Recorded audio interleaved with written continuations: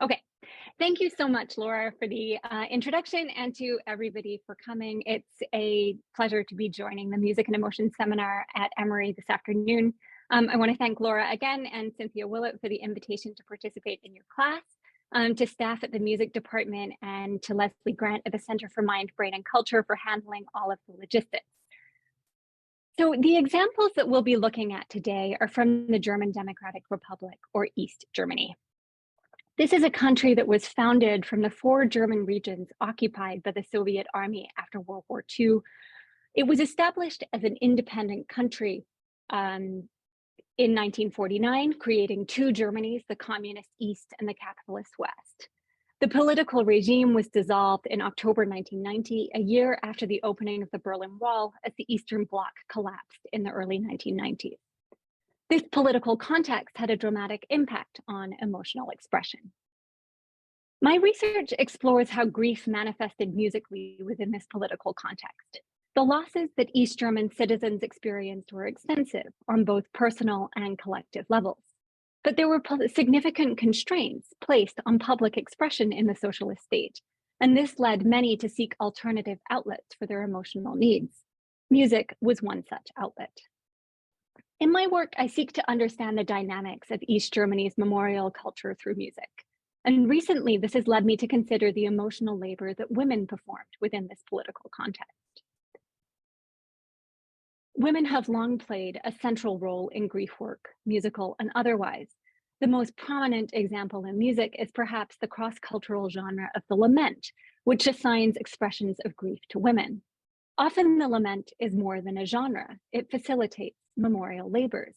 For example, Denise Gill has written about washing deceased Muslim refugees in Turkey, providing mourning rites to those who did not survive crossing the Mediterranean Sea. Her ethnographic work draws attention to how the sonic and physical dimensions of mourning are both gendered and intertwined. Moreover, in a number of societies around the world, female professional keeners provide families with sonic accompaniment in the wake of death. In the East German context, the situation seems different. The state's death culture was visually and orally displaced. The state's death culture visually and orally displaced long-standing cultural expectations that had feminized grief in German contexts. But what I hope to show in my presentation today is that the work of mourning in East Germany remained feminized. I focus on female widows of deceased artists, exploring the alternative ways that these women found to express their grief. Through these memorial activities, they reconfigured their relationships to their spouses and tended to their own emotional needs. These widows' labor of mourning had a significant impact on the ways that their spouses were recognized in East Germany and are remembered as part of the country's cultural history. My presentation thus unfolds in 4 parts. First, we'll explore East Germany's official memorial culture. Looking at state funerals, we'll see how the ruling party sought to regulate emotional expression and refashion the country's deceased artists into part of a socialist pantheon. Then I'll turn to the impact this memorial culture had on female widows. As the state's cultural organizations took control over their husbands' funerals, widows found alternative outlets for expressing their grief. One such outlet was archival work. In the 3rd part of my talk, I'll explore how artists' archives became sites of both mourning and political appropriation. And finally, I'll consider the impact of these widows' mourning work on how we approach materials from these archives. How might we hear the archive differently with these emotional labors in mind? So I'm approaching the topic of your seminar from a historical angle, informed by work on the cultural history of emotion. This raises methodological questions, such as what sources allow us to access and try to understand something of the emotional experiences facing East German citizens, particularly in a country that culturally instilled emotional constraint. And in what ways can music provide a window into these larger emotional histories? So though my examples are drawn from East Germany, I hope we can think about some of these larger issues together in my time with you today. All of the artists we'll be exploring today are buried in the same cemetery. Let's get a sense of this space through music. In 1973, the singer-songwriter Wolf Biermann released a song titled The Huguenot Cemetery. Biermann is perhaps best known for being expelled from East Germany while on tour in the West in 1976. For many politically committed East German artists, his forced expatriation crystallized their growing disillusionment with the ruling Socialist Unity Party. The Huguenot Cemetery, however, predates his expulsion and is a more subtly provocative song.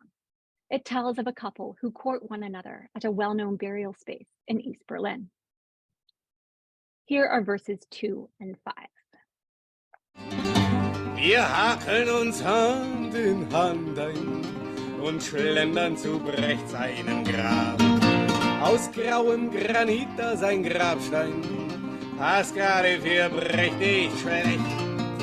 Und neben ihm liegt Helene, die große Weigel ruht aus von all dem Theaterspielen und Kochen und Waschen zu Haus. Dann freuen wir uns und gehen weiter und denken noch beim Küsse geben. Wie nah sind uns manche Tote, doch wie tot sind uns manche, die leben.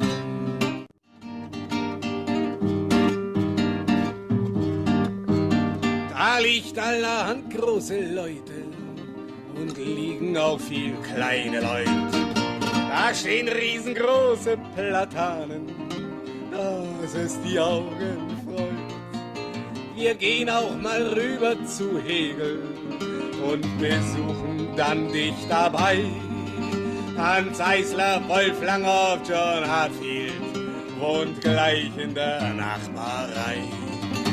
Von Becher kannst du da lesen, ein ganzes Gedicht schönen Stein. This is one of my favorite songs from my research. We quickly glean from Biermann's lyrics that this is no ordinary burial plot. The graves are for prominent artists, and the plot he is describing was run by the East German Academy of the Arts. Many of the people Biermann mentions in his song had become famous during the Weimar Republic in the 1920s as leftist artists. And the exception here is the 19th century philosopher Hegel. But the other artists had spent their Nazi period in exile, whether for their religious heritage, Weigel and Eisler were Jewish, or for their political beliefs. All four artists listed here were communists. And after the war, they had deliberately returned to the Soviet occupation zone, which became East Germany, because they believed in the promise of a communist German state. In short, these men and women were leading cultural luminaries of the fledgling nation. They were artistic celebrities, and when they died, the state honored them with ostentatious state funerals that fashioned them into model socialist citizens. Two examples will give you a sense of these ceremonies. In the late 1950s, the country's most prominent writers died within 2 years of one another. Bertolt Brecht in 1956 and Johannes R. Becher in 1958. Both knew that they would be candidates for a state funeral, and both tried to control the reach of the state over their posthumous burial rites with limited success. Brecht, for example, requested that he be given a silent burial attended only by his closest friends. This is a photograph of Brecht's grave, the morning of a service held in his honor at the Berliner Ensemble, the theater that he ran, and a venue that can seat 700. The image gives you an immediate sense that the ruling party respected Brecht's final wishes in word rather than deed. The scale is far beyond the writer's inner circle, who held a private gathering around his grave before the ceremony at the theater. So even though Brecht's final wishes were publicly known, the ruling party found a way to hold a state ceremony for their most recognized artist by taking over the spaces he had made his own during his life. Becher is typically considered the more politically agreeable of the two authors in the East German context. He similarly requested a modest affair that wouldn't disturb daily life in the capital. He had a ceremony at the State Opera House. You can see kind of blurrily at the middle photograph here. And it had all the features of a typical state funeral, though Becher did choose 2 pieces of music for the service. After the service, a military band led the cortege through the streets of Berlin to his grave.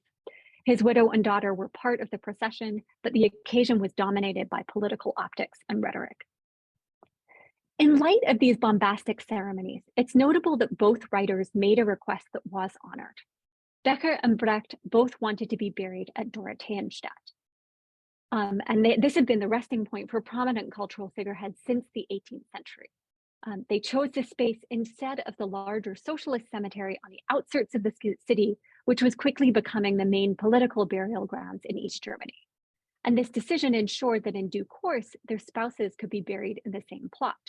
In the central cemetery for politicians, this didn't happen. Party allegiances took precedence over family ties, and spouses were buried in a separate section of the grounds. State funerals used the legacy of the deceased to create a national artistic canon. The anthropologist Catherine Verderay has astutely quipped that across the Eastern Bloc, the dead were more politically useful than the living. After they died, famous artists could be refashioned into socialist role models without talking back. Take the case of Brecht. When he was alive, he presented repeated challenges to Marxist dogma of the ruling Socialist Unity Party, who begrudgingly tolerated him because of his international reputation. After his death, the state could finally capitalize on his fame with less resistance from the man himself. In stark contrast to these ostentatious ceremonies, Biermann eschews bombast. His song marks this space as part of his everyday geography. If cemeteries memorialize the past life of a community, Biermann brings this space back to life, painting intimate portraits of the neighborhood and quipping in the chorus that the dead seem more alive than the living. He uses music to reclaim the spaces and symbols of official commemoration for his private needs, and the people buried within this space to shape his own identity in the present. The Dorotheenstadt Cemetery, which is now in the heart of reunified Berlin, stands as a microcosm of a broader reconfiguration of death and memorial culture that took place over East Germany's 40-year history. As the state's main artist burial grounds, this was the site of many official occasions. But as Biermann's lyrics indicate, even in the most tightly regulated spaces of East German life, official and intimate spheres of expression shared more in common than previous scholarship suggests. And that's the central argument of my first book, which I gather you might know, Socialist Laments, Musical Mourning in the German Democratic Republic. In it, I demonstrate how subtle reconfigurations of private grief took place within public spaces. These reconfigurations became a defining characteristic of national mourning, both personal and collective, and they took place through music. My book thus asserts a place for music in the mourning process and a place for mourning in the commemorative culture of the East German state. As I worked on socialist laments, questions about gender became more urgent. East Germany's public commemorative practices cast mourning as masculine, stoic, and militarized. In the course of my research, I read documents that sidelined women from the planning and performance of their husbands' funerals, came across famous female artists who were described simply as the widow in state archives, and met composer widows like Ute Bredemeyer, who keeps her husband's collection in her private home. What I started to realize was that though women were sidelined from public displays of mourning, they took on considerable tasks behind the scenes. And these were tasks that state organizations seemed to recognize, even if they didn't publicly acknowledge them. Within this context, Biermann's offhand line about Bertolt Brecht and his long-suffering wife, Helene Weigel, is more than a quip. It draws attention to the complicated role that familial intimacy in general and wives specifically played in both life and death at the Academy of the Arts. Und neben ihm liegt Helene, die große Weigel ruht aus, von all dem Theaterspielen und Kochen und Waschen zu Haus. Weigel was jokingly known as the mother of Kinder, Küche and Kommunismus, a play on the Protestant phrase, children, kitchen, church. I mean, you replaced your religious beliefs with your ideological ones. And this children, kitchen, church kind of demarcated feminist value systems in German Protestantism. Biermann emphasizes Weigel's domesticity, intertwining it with her famous role as a leading actress who became the director of the Berliner Ensemble after Brecht's death. Now, Brecht and Weigel's relationship has been pored over by theater scholars and aficionados, so I don't want to get caught up rehashing the rumors that circulate around this power couple. Instead, I want to use such casual references as the one that Biermann has made here as a window into the vast emotional labor that constituted widowhood in East Germany.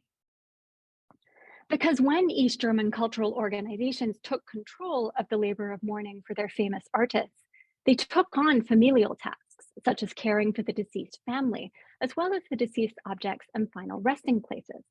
Political kinship replaced family ties, though in some cases these spheres already overlapped while both husband and wife were alive. Female widows, and it was almost exclusively widows and not widowers, were bombarded after their husbands passed away. They received scores of condolence cards stressing their husband's socialist commitments. Widows were expected to attend an exhausting number of state events put on to commemorate their husbands in the months and early years after their deaths. They even navigated the more mundane dimensions of grief, such as grave tending, through staff at the academy, who had a designated employee for overseeing grave maintenance. As the immediate grief of their husband's death faded, state organizations hoped, even expected, that these women would become pliable stand-ins for their spouses, sustaining their legacies for the socialist cause. Some women essentially made widowhood their profession, taking on work that amplified the deceased spouse's ideological commitment. For example, Lili Becker maintained her husband's archive, wrote countless public eulogies for East German artists, including the composer Hans Eisler, chaired a major writing prize named after her husband, which you see here, and regularly attended cultural events as a guest of honor. In turn, the Ministry for Culture supported her work financially, and the Academy of the Arts even planned her funeral in due course. Now, I want to pause here and explicitly note that widowhood is a relational identity. For middle-class women in the 19th century Germany, this was baked into legal codes. Widows were required to take on the legacy maintenance projects for their husbands and was socially ostracized if they refused to do so. Now, there weren't legal codes outlining widowhood in East Germany, but we still can see the continued impact of the bourgeois construction of family ties in the socialist state. For though the state's politicians may have boasted about communism's gender parity, historian Donna Harsh has shown that the reality was more consistent with previous eras. Structurally and ideologically, East Germany continued to perpetuate bourgeois gender ideals, where women took on a disproportionate amount of domestic labor, even if they were employed in larger numbers than their counterparts in the West. When their spouses passed, women essentially continued this care work. But this relational status is not unique to East Germany. Sociologist Helene Weigel has dedicated her scholarly work to examining how widows process the loss of their spouse as they renegotiate their new identity. This process usually involves balancing the paradox of remaining connected to your spouse as somebody's widow, but also learning to live without this person in their everyday lives. For the wives of famous East German artists, this identity reconfiguration was reflected through the bureaucratic machinations of the socialist state. Relational identities pervaded the Academy's internal correspondence, subsuming all other defining features of the surviving spouse.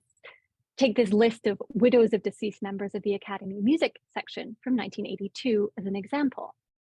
It's all women, and the choreographer Ruth Berghaus is at the top. Her husband, the composer Paul Dessau, died in 1979 and was the most famous composer, if not the most famous artist in the country by this time. So on the one hand, it makes sense that she's on this list. But by the 1980s, Berghaus was renowned as a choreographer and director in her own right, at home and abroad. She was also a member of the Academy herself. She had directed the Berliner Ensemble after Helene Weigel's death in 1971 until Brecht's children ceremoniously ousted her in 1977. At one point, Berghaus had even had strong ties to the party leadership, though her productions were becoming increasingly controversial by the 1970s, and tolerance for her artistic output diminished quickly after Dessau passed away. Looking at the treatment of widows in the Academy, what becomes clear is that they recognize the importance of these women for securing their country's key cultural assets, the legacies of their deceased spouses. The value of the dead sometimes even superseded the interdependent relationships that the Academy members had with the surviving spouse. One of the most prominent sites of domestic memorial labor for East German artistic widows was the archive. Today, the archive of the Academy, the East German Archive of the Academy of the Arts is now part of the larger reunified Academy of the Arts. And this space houses the collections of the 6 of the 11 composers that appear on the list of couples that you can see here and that I showed a moment ago. I'll note that Ruth Berghaus and Stephanie Eisler now have their own independent collections within the archive. They're not just subsumed into their husband's materials. Now, the paths of these collections are into the reunified Academy's archives were each different, but they were brokered by the women listed on this slide. Curating an archive presents an opportunity to determine how an individual is remembered and who has access to that memory. It's no surprise then that East Germany's leaders sought to control the collections of their country's leading artists. And this meant attempting to broker agreements with the deceased family members about ownership, rights, and access. Familial mourning and state politics quickly intertwined in these discussions, which often began in the immediate aftermath of the artist's death. In a few notable cases, the widow refused to grant the state access. The most famous example of this is Helene Weigel. The current director of the Brecht Archive has recounted the tensions between Weigel, the ruling Socialist Unity Party, and the Academy of the Arts. Brecht's collection did not become a state-run enterprise until 1992, and even now it exists separately from the Academy's physical space. It is maintained in Brecht and Weigel's former home, right next to Dorotheenstadt Cemetery. Weigel's decision to oversee the archive as an independent institution caused considerable upset for the Academy and created tensions between some members of the Berliner ensemble, including Brecht's former mistress, Elizabeth Hauptmann. Even Weigel's first archival assistant, Hans Bunge, griped that the archive was, quote, being held captive to bourgeois inheritance laws, even though we are establishing socialism. He did not last long in the position of archival assistant and was fired in 1959. Ruth Berghaus was also guarded with Dessau's materials, which is unsurprising given the increased political hostility she faced after her husband's death. Her decisions draw attention to the importance of material and spatial memory in the grieving process.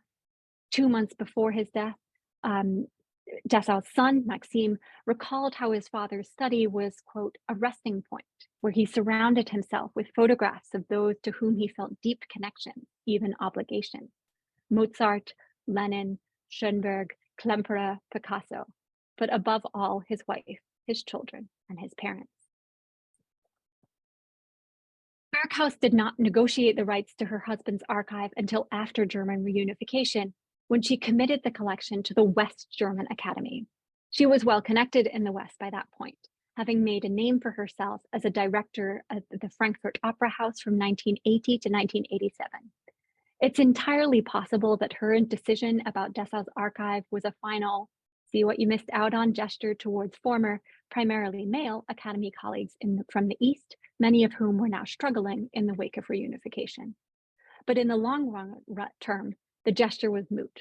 The contract for the Dessau archive was announced in 1992, with a planned opening for the centenary of Dessau's birth in 1994. In the intervening year, the two branches of the Academy amalgamated.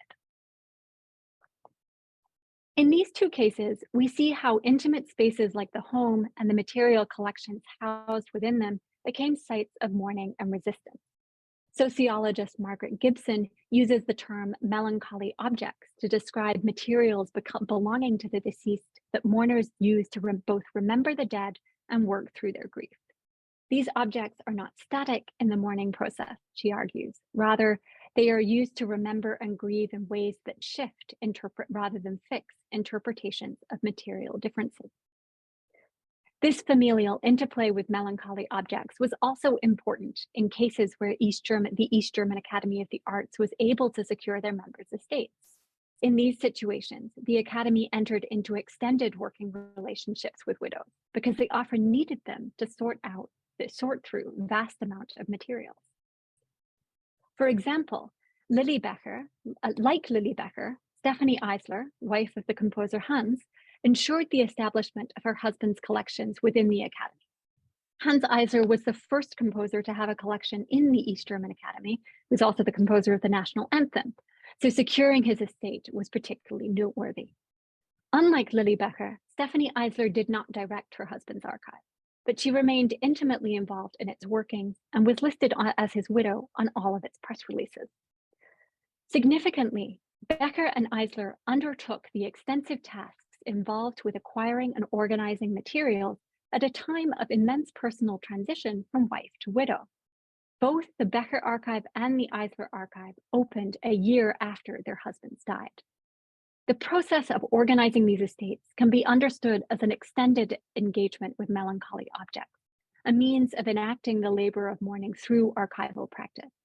And in turn, this labor was crucial to the very existence of these public collections and their usability, particularly during these archives' first decades. In the case of Stephanie Eisler, the initial home for the archive was Hans Eisler's study, ensuring that she lived among memories of her husband as the archive took shape, and also giving Eisler aficionados access to his prized possessions and making sure that she kind of remained in contact with his social circle. Now, the Academy touted these collections as a marker of national prestige, noting how they made the country's cultural heritage accessible to its citizens. But attending to the practical work that widows did in their husbands' archives reveals how questions of control and power coexisted alongside gestures of mourning. In the case of composers especially, the fact that many of the material artifacts stored in these collections realized their most powerful cultural capital when they were sounded further complicates the archival power dynamics at play. Eisler's legacy in East Germany was as a composer of rousing workers' songs. In fact, some of his more ambiguous and melancholy repertoire was actually censored in East Germany, and his funeral featured a highly sanitized repertoire list. But the very setup of the archive undercut this official narrative, which circulated in official obituaries and at commemorative concerts after his death. So it's a very well-known public narrative. The Academy continually touted the accessibility of their collections to workers and peasants of East Germany, but their approach to cultivating their nation's cultural assets adopted what was essentially a literary outlook towards music, which ensured that Eisler's musical legacy existed primarily as a melancholy object of contemplation within the archive itself. I hope by now that you have a sense of the sustained emotional labor behind East Germany's most important artistic archives. The majority of this labor was performed by women at a time when they were navigating moments of dramatic transition in their own lives and identities. The archive became a site where many widows enacted the labor of mourning, whether they did so with the encouragement of the ruling party, such as Becker and Eisler, or in spite of their demands, such as Berghaus and Weigel. The final claim I want to make today is that tracing these archival intimacies does more than provide a behind-the-scenes emotional history of artistic life in East Germany. It can reorient our understanding of items in these collections and adjust histories of East German culture more broadly. In a final musical example, I'll explore the Dessau-Berghaus relationship and its traces in more depth to demonstrate these points. So let me fill in a few biographical details that I haven't conveyed so far. Berghaus was Dessau's fourth and final wife. They met as colleagues when she directed a production of his opera, The Condemnation of Lucullus, in 1952. He had immense respect for her working methods, and she subsequently directed all of his operas, getting to know each work as he was composing it. They married in 1954, when she was 27 and he was 60. That year, she gave birth to their son, Maxime, and their marriage lasted 25 years until Dessau's death in 1979. Artistic couples like Berghaus and Dessau, who had long careers in East Germany, knew that they would be conducting their relationships under the watchful eyes of the ruling party. They also knew that this surveillance extended beyond the grave. Dessau famously choreographed his own funeral with the state's watchful eyes in mind. I'm going to take a quick moment and describe this scene, even though it's actually from it's from my book, so you can go read more about it. And also, if you ever run into an East German artist or musician, they will be gushing to tell you about this story. So there's one point in the state ritual that I discussed earlier, where members of the Socialist Unity Party bow before the deceased's grave as kind of a marker of honor. It's an ehrenbegräbnis, or a grave of honor, a burial of honor. And so Dessau knew that this would be happening for his own ceremony. He's attended a whole bunch of other ceremonies at the same, at Dorotheenstadt, where he's buried. And so knowing that this would be taking place, he requested a silent rite, and he choreographed the attendance list. So it was attended by a group of composers and artists from both East and West Germany, who essentially represented the avant-garde, especially in the GDR. And so all of these composers and musicologists and a writer stood behind his grave, which is Dessau was of Jewish faith, and so this was part of it's part of his Jewish heritage as well. And that meant that as the SED were bowing before the grave of the deceased, they were also bowing basically before these leading figures in the East German avant-garde. And several widows and scholars and composers from the GDR have told me about this photograph, which is kind of infamous or famous, not infamous, within East German artistic circles as what they call a silent nine, or a silent no, against the ruling party. So in short, Dessau and Berghaus were no strangers to defying statecraft, but analyzing the musical traces of intimate relationships is a more delicate proposition, particularly when it involves materials that weren't available for public hearing during the composer or the dedicatee's lifetime, but has since been published in posthumous collections. That's the case for the song you see here, Heart, My Heart. Dessau wrote this short song, or Lied, for Dessau's birthday, for Berghaus's birthday, not his own birthday. An inscription on an earlier sketch reads, "For Ruth, no flowers for you today, have this instead." The text of this gift to Berghaus is by Heinrich Heine, the 19th century poet renowned for romantic irony. Dessau was drawn towards setting Heine's text in his 80s as he reached the end of his life. 5 of his 6 Heine settings were penned between 1974 and 1979. So Dessau set this text when he was 84 and finding himself increasingly sick. Taken without the dedication, the text seems like an appropriate choice for someone coming to terms with their own mortality. Read as a gift to Berghaus, who was 25 years younger than him, the text, especially in the second verse, emphasizes themes of renewal and rejuvenation in the wake of loss. If we take this as an instance of Dessau speaking to Berghaus through Heine, the closing line even seems to grant her permission to love whatever, perhaps whomever, she would like, presumably after his death. So I'll now play a recording of the complete song.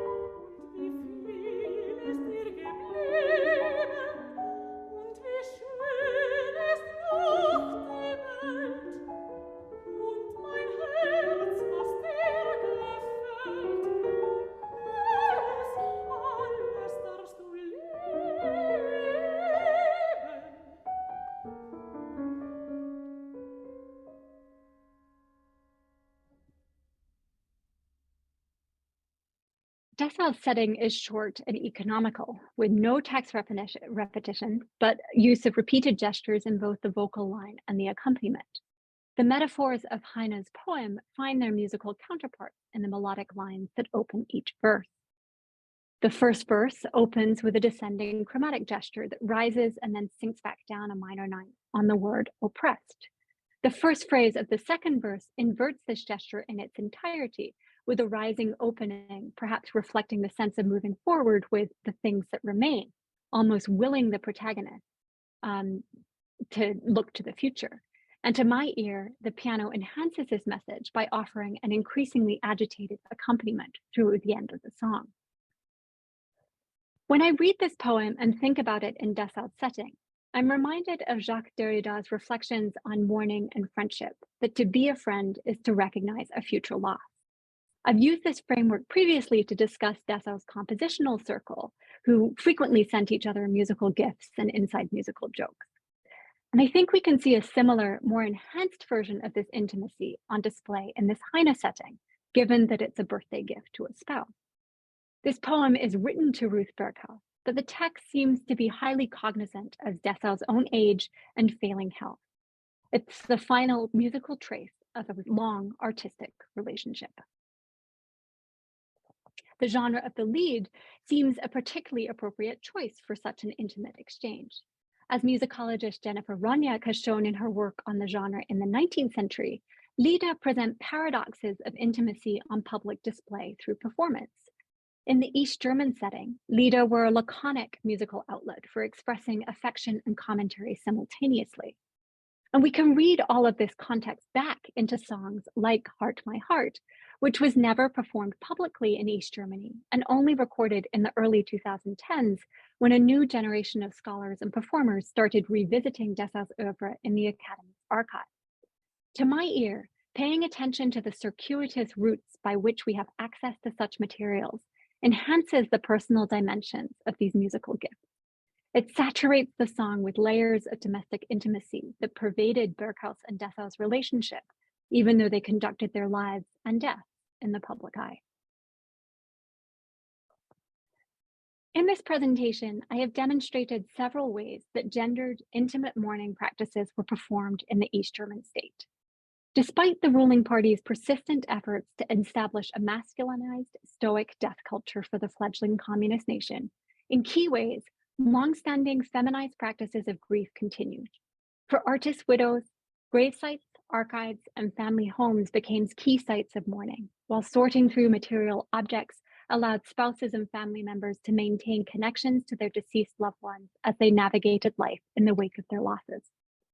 In the process of performing these activities, widows forged new relational identities. And thanks to their work, the nation's leading politicians could boast about the cultural superiority of the communist state. Examining East Germans' mourning practices through this feminized lens draws attention to the many ways that music was used to create posthumous legacies, not all of which were sounded. Widows' memorial labors highlight the intimacy of mourning practices, even under conditions that drastically reconfigured the relationship between artist and state and between public and private lives. Through their material engagements, these women continued centuries-old cross-cultural customs that ascribed the labor of mourning to women. They adapted these gendered expectations to suit a newly bureaucratic context. Moreover, this emotional labor continues to influence what we know and how we understand the cultural history of the former East.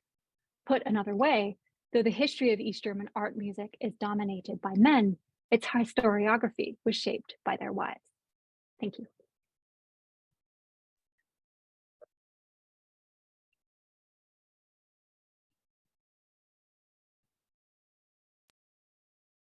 Thank you, Martin.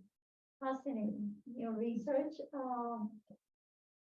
We can go ahead, open questions, comment. Can you hear me? Yes, I can. Sorry, I stopped sharing my screen and it took a minute to get everything reconfigured.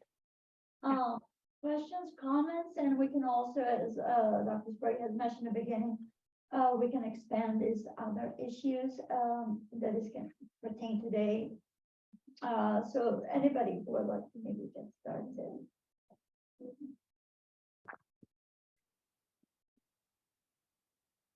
So everybody was taking notes. So.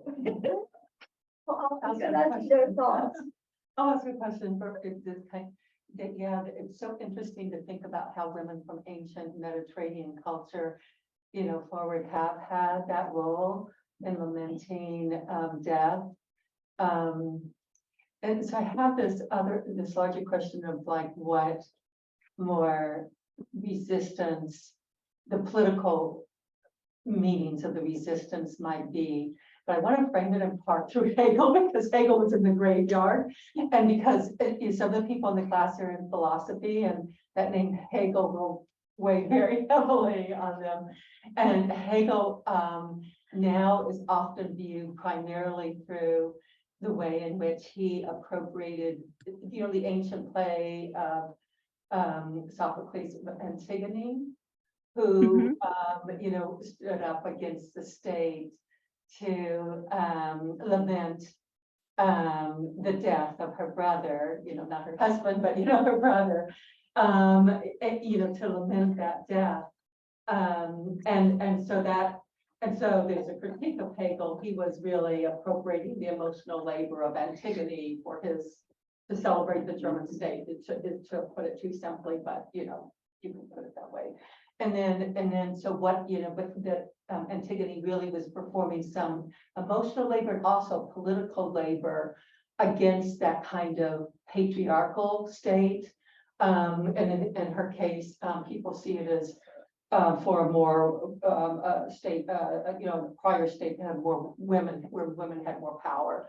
But so I wonder here too, like what's the, was there a political valence also to that, wanting to control the death of their, the way in which that death was appropriated, that they wanted to control with, not just, in part, maybe that is a lot of it, to celebrate their, the intimacy, that they cannot be controlled by the state and its meanings. But there also another political, was a more of a political dimension to it, a critique of the state, if that makes sense as a question. Yes. Also, thank you for all of the the increasing, the vast cultural web kind of behind the scenes. The last time I gave a very, very early, when I was just starting to think about this, I was in a workshop in German studies, and a medievalist mentioned Antigone. And so I haven't read it since then, but I'm really glad that it came back as a kind of recurring theme. So when you're talking about, is there a political valence to some of these kind of memorial activities, do you mean the funerals themselves, or what women did at the funerals themselves, or do you mean more broadly? What women did, and women's resistance and emotional labor, that they have in mind that they understand that as a political action, or just as a just a protecting of something from the state? Yeah, I think for a lot of the women that I'm talking about, and in some cases for more recent composers talking to, I absolutely think there's a political dimension. And I think thank you for drawing attention to the kind of the ways that politics and mourning have been intertwined for centuries, because I think that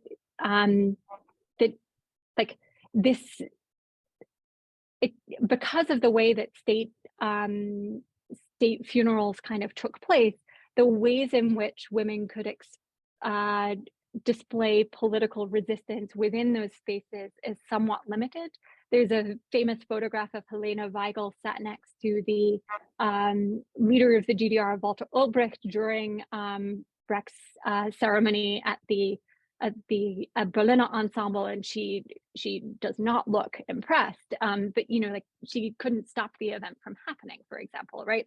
Brecht couldn't really, especially in the 1950s, when kind of political anxieties about German national identity were at their peak, and these state funerals are kind of being forged with a lot of vehemence and zeal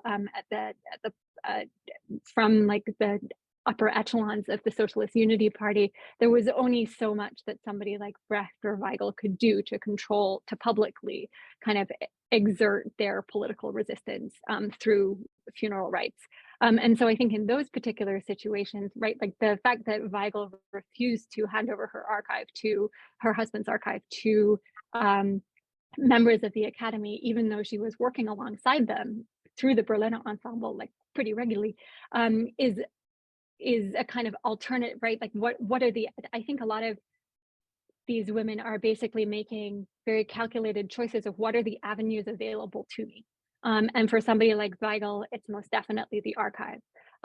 For somebody like Berghaus, it's moving to the West, but also making sure that that Dessau's funeral rite takes place in this way that is clearly speaking to his inner circle and speaking outward to the East German state, but in a way that they can't stop, right? Because it's deliberately taking the ritual and turning it on its head.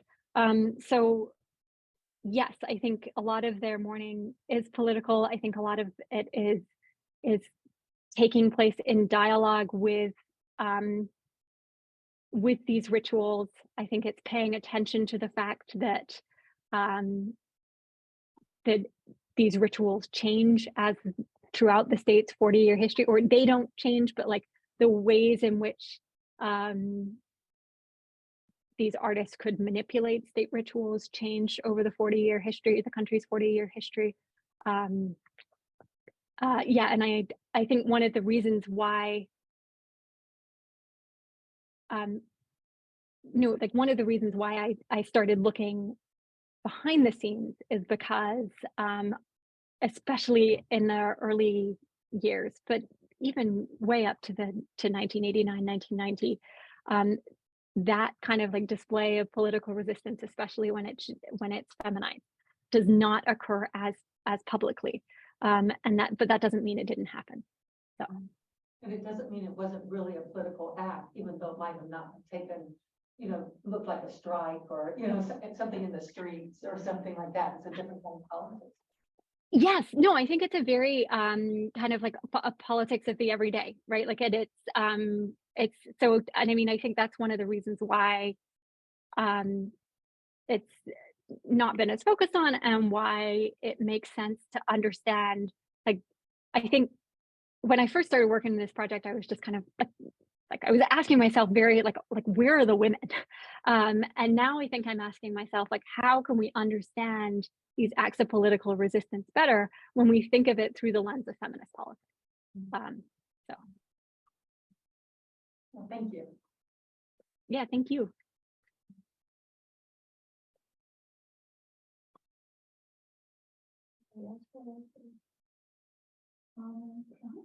Sean? Yeah. Hi, I just wanted to ask for some of these widows who had given access to the archives to the state prior to reunification, were they involved in kind of the reinterpretation of their deceased husband's like work after reunification outside of like an explicitly socialist context, or was that kind of just handed off to the government after that point? Oh, that's a really great question. I don't actually, I will need to look into that more. I don't actually know the answer. Because yeah. Yeah, I'm sorry. That's great.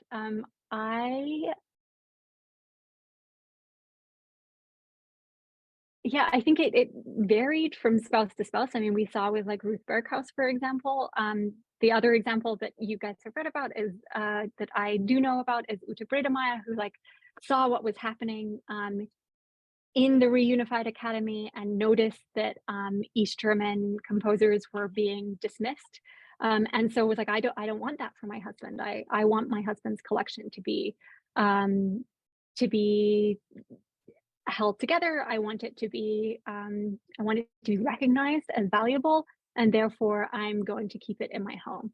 One of the things about East German composers after reunification, and Elaine Kelly writes about this, but it's similar to a lot of intellectuals in the GDR, is that as reunification kind of like became transitioned from being like a political ideal to a lived reality, like a lot of East German composers were just completely marginalized. Like East German history was dismissed as illegitimate or like blatantly ideological, overly Marxist, that kind of thing. Like historians were dismissed from universities. East German composers just weren't finding their works performed on concerts, and at publishing houses. Scores were like, people were just kind of like dismissing scores or just ripping out pages of scores. And so I do know that some women, including Ute Bredemeyer, kind of were very much distressed by that situation and were reacting against that. But I am not yet sure whether whether the archives that were already part of the East German archive, whether the widows subsequently intervened. I would have to go back and look, which I will hopefully be doing this summer, and I will do that with your question in mind. So thank you. Thank you. Yeah, and that question of controlling the narrative after the death of composer is still present today. And when I go do a lot of work in Basel at Postwar Stiftung, and the archive never obtained, for example, wanted to obtain a collection of John Cage and Frank Zappa, and the answer was, it's not money. They always said the money. It was like, we didn't want to deal with difficult widows. Rather than they wanted to control the narrative of how the estate of composer is presented now, today. So that was the reason why. There was some other reasons, but when I spoke to the previous director of the archive, that was the question why. They didn't want to deal with family members, particularly widows, who wanted to control the narrative of how the composer is going to be, because it was not just the archive. Some of them wanted, you can have the archive, the estate, but you have to have our curator who's going to curate and be in charge of the collection, which means whoever comes to the archive is always going to hear that part of it, the story presentation being told. So it's still very much present. We're talking about here East Germany, West Germany, Cold War, but this is also 2022, 2023. So the stories continue, and the narratives after the death of composers and the involvement of family members and widows in particular. It's sadly it's mostly widows because the nature of the field of composition, even though we're trying to make a shift, it's still composers tend to be favored over who is deserving more of preservation in archives and voices preserved for the posterity. Yeah, no, I mean, my larger project is not just East German, although I started with the East German examples to kind of like as a litmus case to see, like, oh, is this like, do I want to stop it here or do I want to expand it to kind of like, like the role that widows play after World War II, right? When we kind of, and that's what I've decided I'm going to do, to kind of trace the role of the composer, of the artist widow or the composer widow specifically from this kind of crisis of widowhood after World War II, where widows kind of like are women vastly outnumber men in the wake of the war, right through to German reunification. Because this is a larger story that's not just present in the GDR. I think the dynamics of the GDR is that triangulation of the state and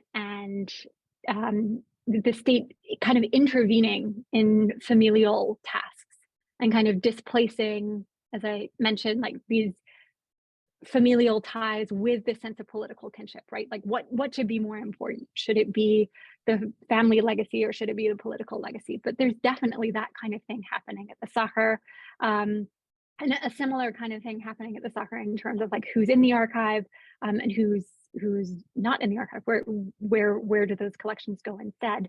I think, and I'm hoping to visit the Sacher this summer just to get a sense of some of the things that you're talking about, Laura, because I do think that, the general contours are there are definite parallels, but the kind of like ideological commitments underneath them have some distinctions that kind of deserve a little more attention, especially with this kind of like this when money is involved as well, which it is not involved in most of these cases. It's kind of a political commitment that drives things, at least at the level of the state. And then, of course, I have a whole set of new challenges when I go to Serbia and Belgrade. And then, first of all, there is a central library, but there isn't a central archive that houses anything. So I really had to go from composer to composer, and either the composers or composer widows, to get the materials. But again, we're talking about a country that was a kingdom before he was a socialist Eastern Bloc country, and then before he fled the Eastern Bloc, and then it disintegrated into many different things. So political, from socialist or communist to democratic to whatever it is now, some kind of, they want to definitely authoritarian state on the border of dictatorship. So again, the political way, like, which story do you tell? Which story is preserved? And when I talk to my colleagues, I'm appalled that in 2023, how afraid they are to say certain things, because it's still, well, the dean of the academy has to be a member of a certain party in order to be in that position. It's not by education, it's not by expertise, it is for your affiliate politically. So there's still that going on in 2023. With changes, what you can tell, what kind of history is being told, but repeatedly over and over. Then I comes like, well, I don't think that's quite right. It's like, yeah, but it is here. So many different challenges. Which stories preserve? Who controls the narrative? And it's I mean, you cannot take ever music from political, sociocultural context. It's like this, who's telling it? It changes. The same story. I saw Dorian's hand. I didn't comment, Martha, if you want to comment there, but I saw Dorian had Yeah, go ahead. Go ahead. I have a short question. Yeah. Did any of those widows remarry after their husband's death? Because I think it's very weird how it's the expectation on widows is just to preserve your dead husband's stuff. And I feel like there's just any account of their own subjectivity. Yes, thank you. So the particular women that I'm talking about in this, that I talked about today, none of them remarried. And I think that kind of, like, as you mentioned, that, right, like that, the fact that their attachment to their husbands becomes that prominent that it's like a key element of their identity, even if they have like their own independent artistic lives. I find it quite striking. I think it kind of speaks, and I'm trying to kind of understand it within the cultural context and not just through my own kind of personal feminist lens, because I mean, yeah, it's really shocking to me that this would, like, in the kind of like hierarchy of identities, that your husband would be the first one there, and that would continue for a very long period of time after the husband's death. I think that kind of speaks to the fact that that even though, like, politically and politically and rhetorically, the socialist state saw themselves as quite progressive. Like, divorces were easier to have. It was easier to get a divorce, but like remarriages were common. I mentioned that, like, Dessau had been married 3 times before he married Berghaus. Eisler, I forget, I think Stephanie Eisler was his 3rd wife. I mean, the political upheavals of the 20th century probably didn't contribute to creating sustainable relationships, but that's neither here nor there. But like East Germany, on paper, it was easier to be an independent woman, to marry and then to divorce and move on and remarry again. But these women chose not to do that, or didn't do that. And without getting into the kind of like psychoanalytical weeds of like how attached they were to their husbands, like I do think it's quite significant that that, like, within public discourse, their identities were very much wed to their husbands. In some other examples that I'm looking at for this project, yes, the women did remarry, or they divorced. Like, we've got examples where they got divorced, but then they're still tied to their husband, and then so that we've got all of these kind of like entwined cultural histories. Stockhausen, the West German composer Stockhausen, would be an example where both the 2 of his people women who he had very personal, intimate relationships with, run his archive. And so those are kind of overlapping. And then Luciano Berio is another example where he wrote a lot of pieces for his various spouses, and he had several spouses who then went on and had different relationships after being with Berio. And so I think in those particular cases, there's a different set of dynamics, right? Like some people don't want to be attached to their former spouse, and are kind of not wanting to be part of this archival lineage, and actually like would much rather hand things over to somebody or an institution like the soccer and be like, you know what, I don't actually want to deal with this. I don't want to write this history. Yeah, but in this particular case, thank you for bringing that up again. In this particular case, that didn't happen, and I think I don't know any of these women. This kind of like speaks to the methodological question of, right, like how you can only go so far in writing these kind of very personal, intimate, emotional histories. But I do think that the kind of like cultural baggage of being these famous artists' spouses really did kind of shape their lives long after their husbands passed away. Thank you. And also, maybe interesting to note that the notion of like kind of independence and equality of women was embedded in the ideology of communism in Eastern Europe. I was surprised when even when I go there, they still celebrate March 8th as a holiday for women. And so when I was looking at the archive for some music festivals, experimental music festivals, I came at the Student Cultural Center in Belgrade. I came across a conference on equality of women and independence in the 60s, and there were papers and already, and it was an international conference. It wasn't just for Yugoslavia, but these were topics that were already discussed: equal pay for women, maternity leaves. That was already part of this embedded kind of socialist and communist Eastern Europe. So that's why it would probably played a role as to, if women could remarry or not. It was supported by the system, by the political system. Also, this independence and equality for women's rights were already kind of established by the government.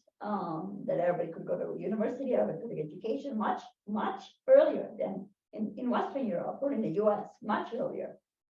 When I tell my friends, there's an equal pay problem in the U.S. still gender-based, and they're shocked by this. Like, wow, we've had it for 70 years, for example. It's like women get maternity leave for 2 years, not 2 months or 2 weeks.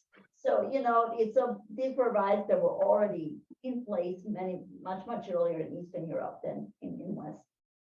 Yeah, no, that's definitely I mentioned this historian Donna Harsh. She has this book called Revenge of the Domestic, which is an incredible title.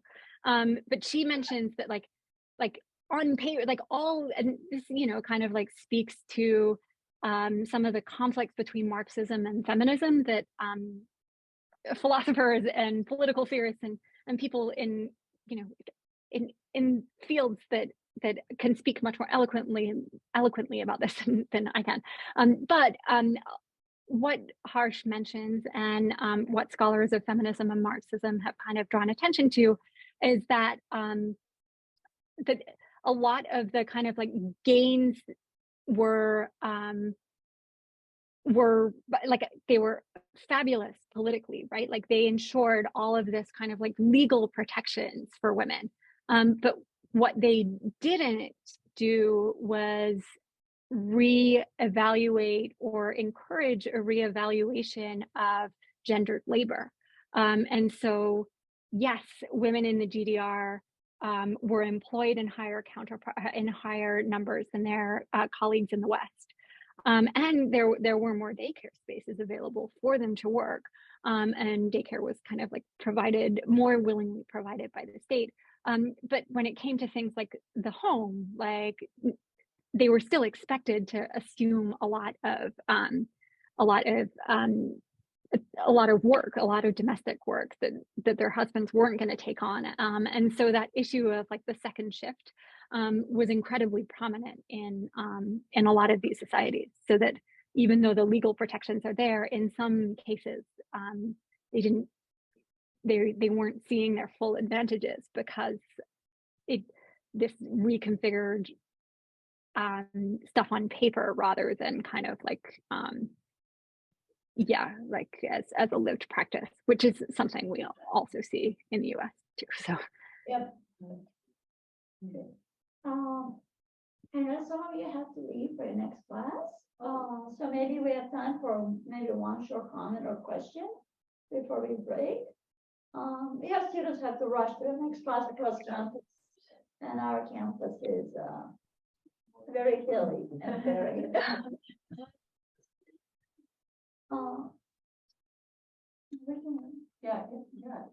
I mean, I'm free to stay, you know, if any other questions, anything you want, like any comments, any passing thoughts.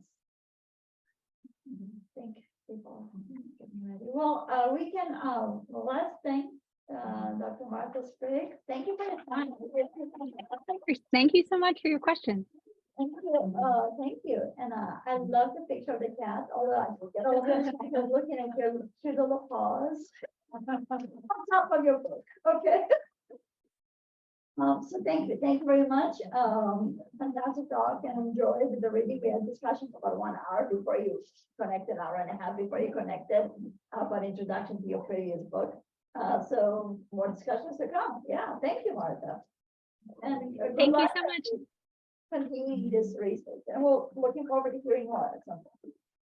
Okay. Thank you. See you soon.